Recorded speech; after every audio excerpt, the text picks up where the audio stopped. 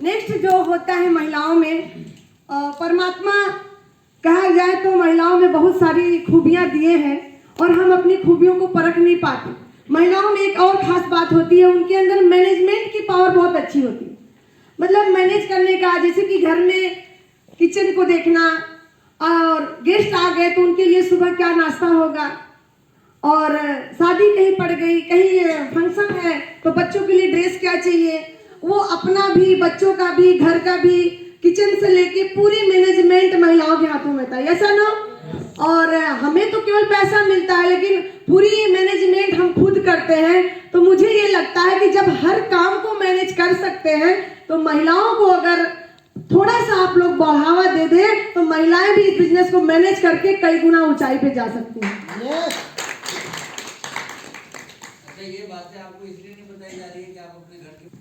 और next point जो होता है, हम महिलाओं में सुबह का काम करने के बाद, घर की पूरी जिम्मेदारी देखने के बाद, जो अगर उनको पास कोई काम नहीं होता तो वो समय को दुरुपयोग करते हैं। कहीं घर में बैठ के कहीं टीवी देखते हैं, कभी सीरियल देखते हैं, तो कहीं पेपर पढ़ते हैं, या चार लोग बैठ के वो गप सड़ाका होता है।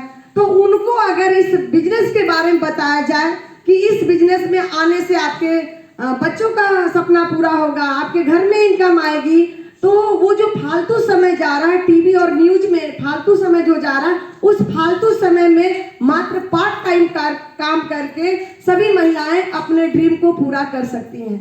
ये महिलाओं के लिए सबसे इम्पोर्टेंट है।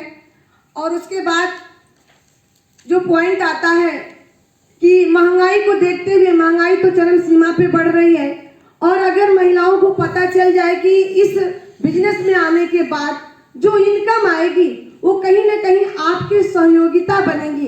अगर आप जो भी इनकम कर रहे हैं, अगर थोड़ा सा उनको भी इसमें इन्वॉल्व कर देते हैं, किसी भी घर की महिला को, अपने भी महिला को, घर की वाइफ को भी इन्वॉल्व करना चाहिए, क्योंकि पहला चार्जिंग भी घर से आदमी होता है और डिस्चार्ज भी घर से होता है। तो मेरा मानना होता है कि जितने सारे साथी हैं, पहले उनकी घर की तो इंजन सही रहे तो बाकी वो सबकी इंजन को ठीक कर लेती है, ऐसा ना। और जब घर की इंजन गड़बड़ होती है ना, तो बाहर वाले को कैसे ठीक करेंगे। तो इसलिए हर प्रोग्राम में अपनी भी मैडम को लाना जरूरी होता है। और जो महिलाएं होती हैं उनको वो जो पता चल जाएगा, जो पैसे छोटे छोटे जो खर्च होते हैं, कभी बच्चे की जरूरत आ गई, कभी अपनी जरूरत आ गई, तो वो बार बार डिपेंड नहीं रहेंगे, और उस खर्चे में जैसे इनकम जो आ रही है उससे वो थोड़ा सा मैनेज करके, जो गार्जियन है, जो मुखिया है, उनके भी भार कम हो जाते हैं कि चलो कुछ इनकम ये प्राप्त कर ली और मेरा भी भार हल्का हो गया। तो इसलिए महिलाओं को डायरेक्ट सेलिंग में इन्वॉल्व करना बहुत जरूरी है, और ये बहुत इंपॉर्टेंट पॉइंट है।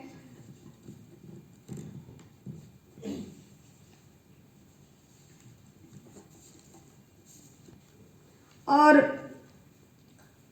सारे पॉइंट लिख लिए, लेकिन इसके बाद अपने आप में इसको सीरियस रूप से लाना।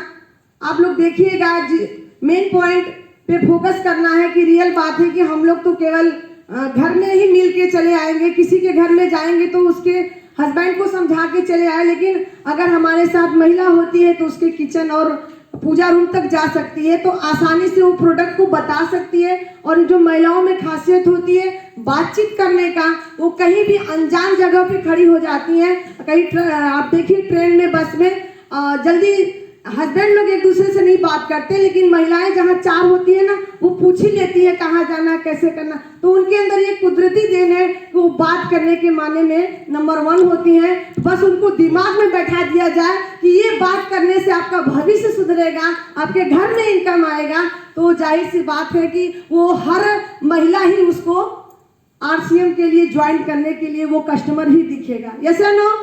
तो इसलिए अपना ये फोकस ज़्यादा था, और मैं भी आज सीखने आई हूँ सर से, तो ज़्यादा नहीं। और मैं सर अपने बात को यहीं पे विराम देती हूँ।